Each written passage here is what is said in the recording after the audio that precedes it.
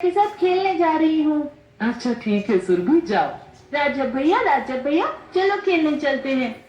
हाँ चलो चलते हैं। माँ, ओ माँ, मैं खेलने जा रहा हूँ। चलो सुरभि, आज हम दोनों छुपन छुपाई खेलेंगे, ठीक है?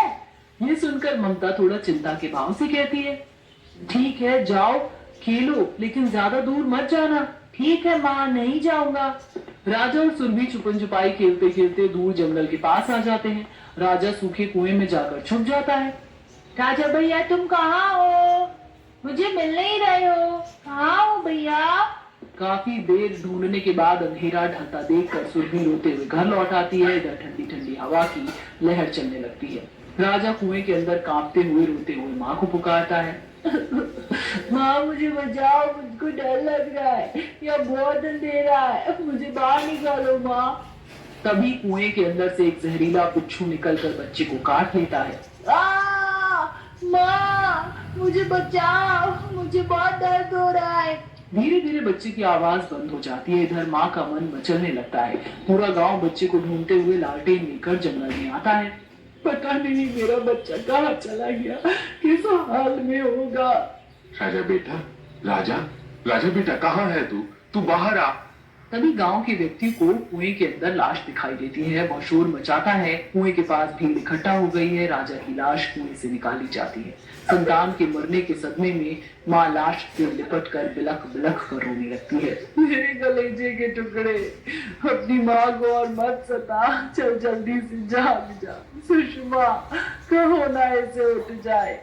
संभालिए खुद को जीजी, राजा अब इस दुनिया में नहीं रहा, मर चुका है।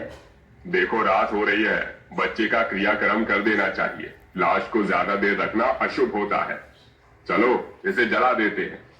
माँ पागलों के समान गुस्से में बोलती है, खबरदार, जो किसी ने मेरे बेटे को जलाया तो मैं इसे अपने घर के पीछे मिट्टी दूंगी ताकि मैं इसे देख सकूं। अंतिम संस्कार के बाद हर रात कब्र में से मरे संतान की अशांत आत्मा रो रो कर माँ को बुलाती है।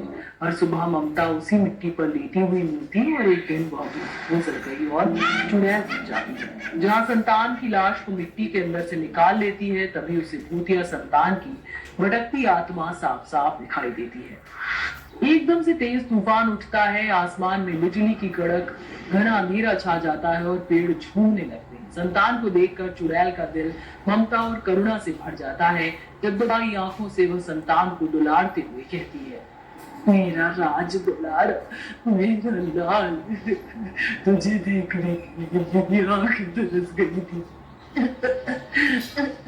वहाँ पता है, दुनिया में मेरे साथ खेलने वाला कोई भी नहीं था। मुझे मेरे को बहुत डर लगता था। तुम मुझको छोड़कर तो नहीं जाओगी ना? कभी नहीं जाऊंगी। मैं अपने प्राण त्याग कर इस पृथ्वी के नियम तोड़कर मैं तेरे लिए आई हूँ। अब कोई हमें अलग नहीं कर सकता।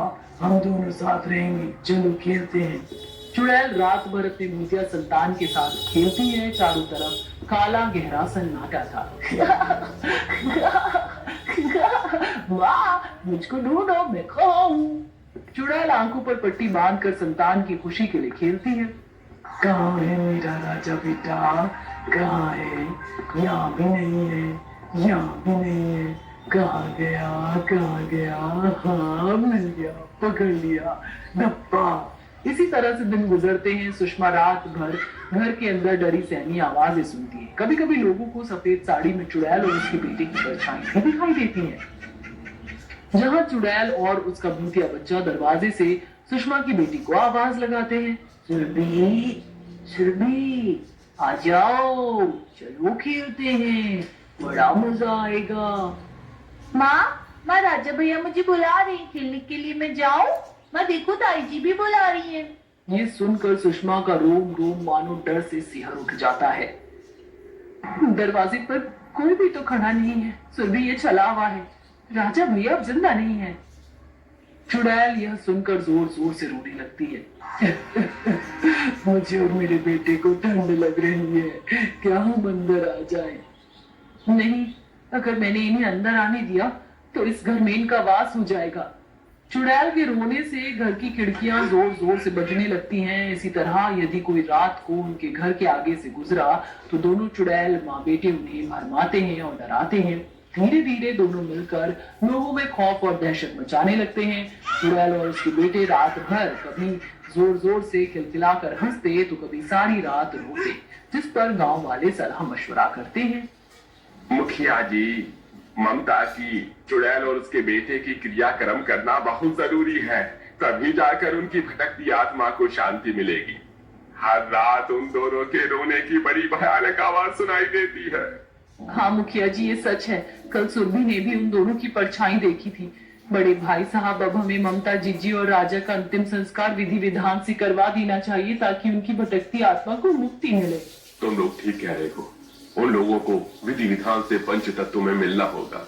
सारे गांव वाले मिट्टी के अंदर से राजा के मृत शरीर को निकालकर पूरे विधि विधान से अंतिम संस्कार करके उसकी अस्थियों को गंगा में बहाते हैं, जिसके साथ चुड़ैल और उसका भूतिया संतान का रोना फिर कभी किसी रात सुनाई नहीं